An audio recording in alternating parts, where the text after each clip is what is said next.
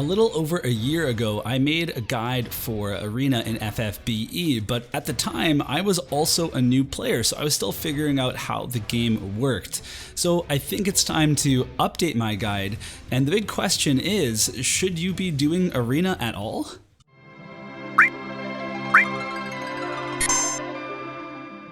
First things first, let's take a look at why you'd even want to do the arena, because there are daily participation rewards and you can see up to 10 matches you're gonna get things. I'll tell you what one of the biggest things I've learned about FFBE now that I've played it over a year is that all of these resources you can see on the screen right now, aside from Lapis, you will have in an abundance. Like you will just get so many pots for all the different stats. You're gonna get tons of star quartz, you're gonna get tons of LB pots and trust coins and all sorts of other things. So even when those things seem pretty scarce as a new player, you will get to a point where you have to manage your inventory because you're getting over the cap and you have to get rid of stuff and just put it into different units. That's how much we're talking here. So when you look at these daily participation rewards, the only one that's really worth it is the Lapis. And then even then, I don't even do all my arenas daily, but if you were going to do arenas daily, I wouldn't do 10, I would just do 5, get your Lapis and get out. We can also look at the weekly rewards, and these also look pretty decent, but again, trust Moogles seem pretty important when you're a brand new player. You are going to be swimming in trust Moogles at a certain point. You're also going to be swimming in super trust Moogle exchange tickets. That one takes a lot longer to get. So in the short term, those are pretty useful. But again, in the short term, as a new player, you're not ranking 1 to 3,000 most likely. The other thing that's pretty interesting here is the metal Gigantors here cards. Those are VC upgrade materials, and when I made my original guide, I thought those were pretty scarce, and they were for a long time, but just like everything else I've mentioned, you get a bunch of them. You're eventually going to get so many off-banner NVs, you'll have so many fodder cards, you'll have so many metal Gigantors. Like you're not going to need those. At first, you might, but it's not worth doing 10 matches a day trying to win all your matches and get super ranked up. If we look at some of the higher ranks here, if you can get into the 30,000 range, which you will with very little effort, you get an upgrade card, you get a super exchange ticket. So like there's still some decent rewards here, and you don't have to go that hard to even get below 30,000 to get 2 of those upgrades. So really ranking up in Arena, it's not as glamorous as it might have been at one point. There is one other exchange here, so there's the metal exchange, and this is where you get points for completing arena matches. And there's things here like Phoenix Down, these mega sites, arena summon tickets, King Metal Minotaurs. Again, all of these things you will get so many of. The arena summon tickets, so we can just go ahead and batch claim this and we'll see how far I get here. The arena summon tickets, maybe you'll want those, but really they are summoning the exact same thing. And look at that, I just completed the board and you get a pot, so really not that worth it. If we go over to the summon menu, we can see the arena summon menu here, and what's in the summon menu? It's more Moogles, more metal Gigantars, more pots of various types. So again, none of this stuff is really that important unless they upgrade the summon at some point. So why would you actually want to do the arena in that case? Well, to be honest, to get the Lapis reward and then also to complete your daily quests. If you complete your daily quests, I think you get the arena ones, you want to complete them on Saturdays so that you can get all the way to the top Lapis reward, because there's a bonus reward on Saturday and Sundays.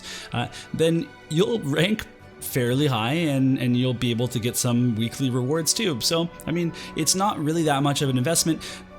I guess what I'm saying is new players should do this, but not 10 matches, and really, you know, if you want, you could just do your dailies on certain days to get the Lapis reward and not even do it every day. But doing it every day for Lapis will eventually pay off. So, you know, every little bit you can scrape together is good.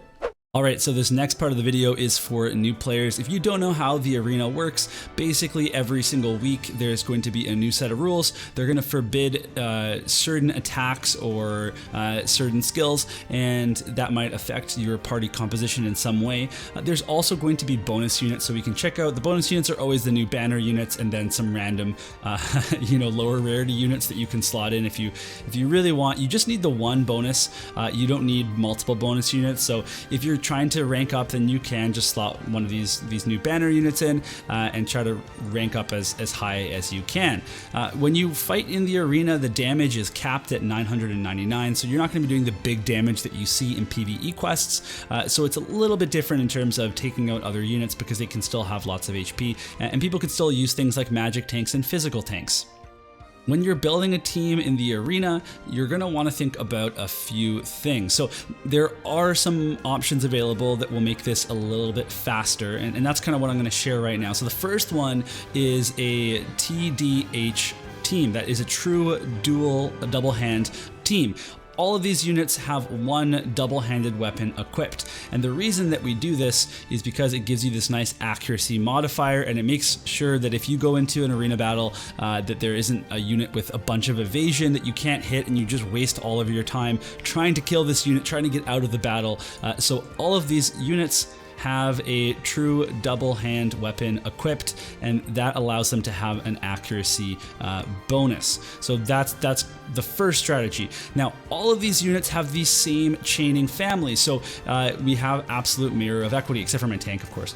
So here they all have absolute mirror of equity. If we look at the next unit, absolute mirror of equity, absolute mirror of equity moves. The other thing that I have here is all of these units have AoE absolute mirror of equity. So when I chain my my edge, my cane, and my Axthar together, they are going to be doing AoE chains to the entire other team, so hopefully we can beat the team in one go. I'm going to go ahead and pick an opponent now, and this is similar to my last guide where I'm going to try to pick a weak opponent. You can see this metal slime here, that's a suicide team. We're going to talk about that next, so we won't pick that right now, but we can go and see that this Patch's character, they are rank 18, they're not going to have a strong team. If I'm trying to just get a bunch of wins, I can go ahead and just, pick on a weak team. I could go pick on a strong team that doesn't look like they have good unit set, whatever it is. But you can see the wheel turned. I got randomly selected to have a first turn, and I'm gonna just set up my AoE chaining. So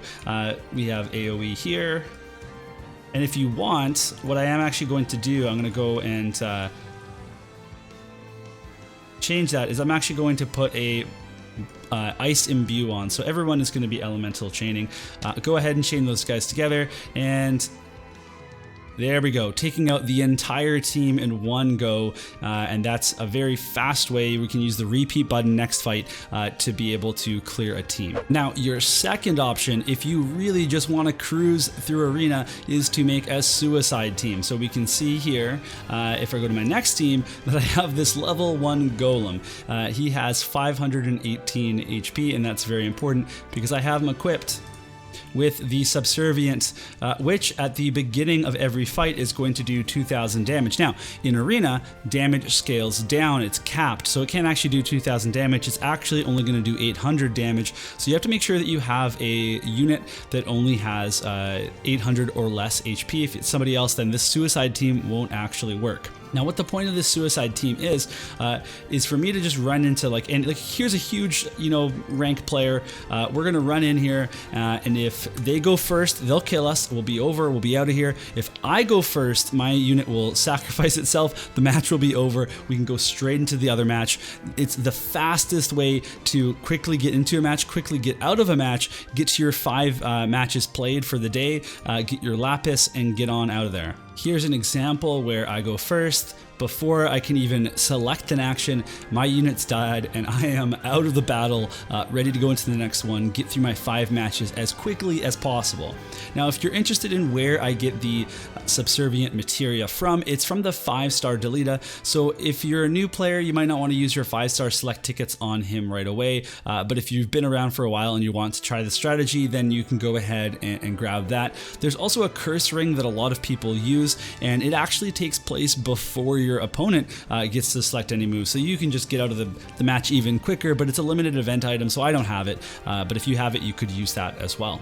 Now, of course, if you are trying to actually rank up, you can look for other people's suicide teams and take them on for a guaranteed win yourself. That's also a very effective strategy because there are often many suicide teams on the list that you can go and take out with a bonus unit, climb up your rank, and try to go up if you want to go up higher. Now, the third option for Arena is to go online, go on the FFBE Reddit and search up some Arena guides, because there are people that have built some pretty interesting teams that abuse certain units' skills or auto skills or whatever it is to make a very cool Arena team. And oftentimes these teams need some dupes to abuse some sort of mechanic. And I personally don't use any of those teams, so if you want to go check that out, you can search for those online and do some research. All right, that's going to be it for the new and improved Arena guide. If you're wanting a summary, you don't really need to do Arena. You should do it 5 times a day if you want the Lapis reward. You should do it on the days where it's part of a daily quest, so you can get a Lapis reward.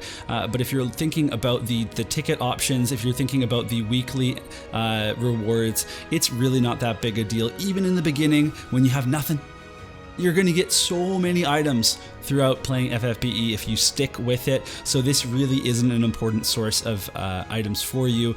You're going to be swimming in them, so don't worry about it.